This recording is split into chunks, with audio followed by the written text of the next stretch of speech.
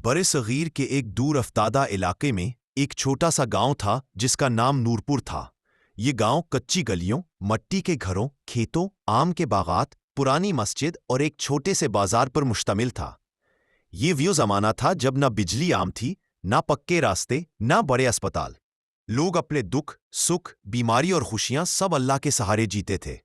इसी गांव में एक गरीब मगर निहायत पाक दिल इंसान रहता था जिसका नाम अल्लाह दत्ता था। अल्लाह दत्ता के पास दो कमजोर से बैल, एक पुरानी लकड़ी की बैलगाड़ी और मिट्टी से बना एक छोटा सा घर था। उसके घर में उसकी बीवी सकीना, एक बेटा राशिद और एक बेटी आयशा रहते थे। घर में दौलत न थी मगर चैन था।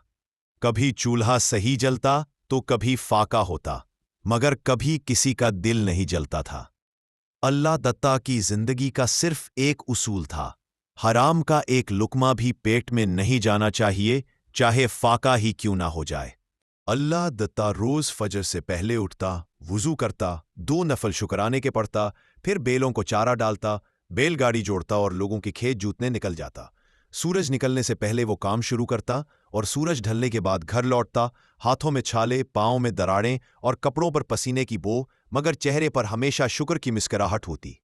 गांव के अक्सर लोग इसकी ईमानदारी की तारीफ तो करते थे, मगर अंदर ही अंदर कहते ये आदमी बहुत सीधा है, इसी वजह से आज तक गरीब है। इसी गांव में एक बड़ा ताजिर रहता था जिसका नाम कासिम मलिक था। उसकी हवेली पक्की ईंटों की थी, सहन में फवारा था, नौकर चाकर हमा वक्त मौजूद, अनाज के गोदाम भरे हुए और बाजार में उसका सिक्का चलता था। लेकिन उसकी दौलत का ज्यादातर हिस्सा हराम रास्तों से आया था। नाप तोल में कमी, अनाज में मिलावट, गरीबों की जमीन हड़प, जखीरा अंदोजी, सूद पर कर्ज, लोग उसके खौफ से खामोश रहते थे। कासिम अक्सर अल्लाह दत्ता को देखकर तंजिया कहता, अबे अल्लाह दत्ता, अभी तक इसी मट्टी के घर में, कुछ तो अकल कर। अल्लाह दत्ता हमेशा मुस्कराकर जवाब देता, कासिम भाई, मेरा घर छोटा है मगर मेरा रिस्क पाक है। राशिद पढ़ाई में बहुत होशियार था। आयशा कुरान मजीद बहुत खूबसूरत पढ़ती थी। सकीना इन दोनों को देखकर कहती, अल्लाह दत्ता, हम गरीब जरूर हैं मगर हमारे बच्चे बहुत अमीर हैं। अल्लाह दत्ता फख्र से मुस्करा देता, ये घर गुर्बत का था मगर मायूसी का नहीं था। एक दिन गर्मी बहुत ज्यादा थी, खेत तप रहे थे, हवा जैसे आग बरसाती थी। अल्लाह दत्ता दिन भर काम के बाद जब शाम को घर आया तो राशिद चारपाई पर बेहोश पड़ा था। सकीना रो रही थी, सारा दिन तपता रहा है, पानी भी नहीं पी रहा। अल्लाह दत्ता बच्चे को उठाकर गांव के हकीम के पास ले गया।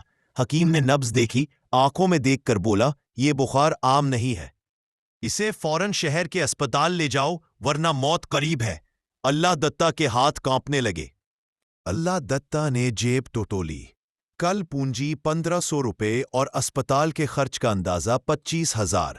सकीना रोते हुए पांव पड़ गई।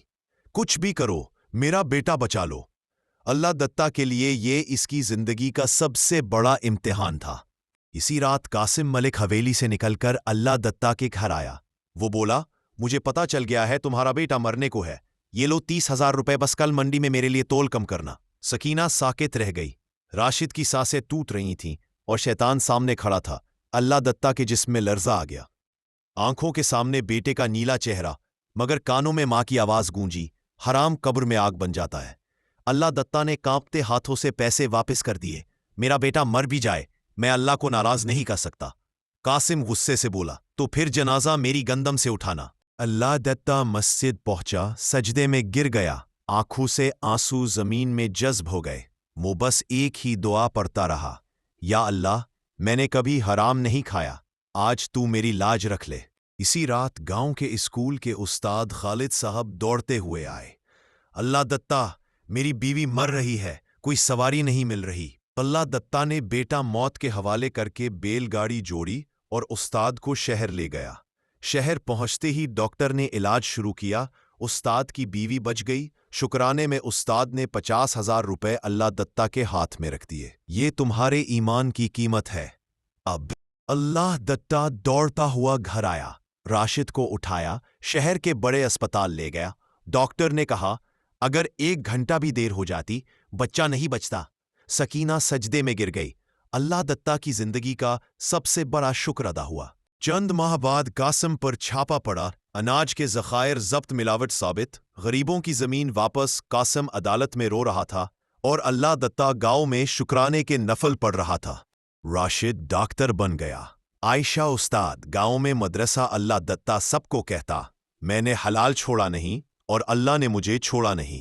حلال رزق انسان کو جھکا دیتا ہے، حرام رزق انسان کو کھا جاتا ہے۔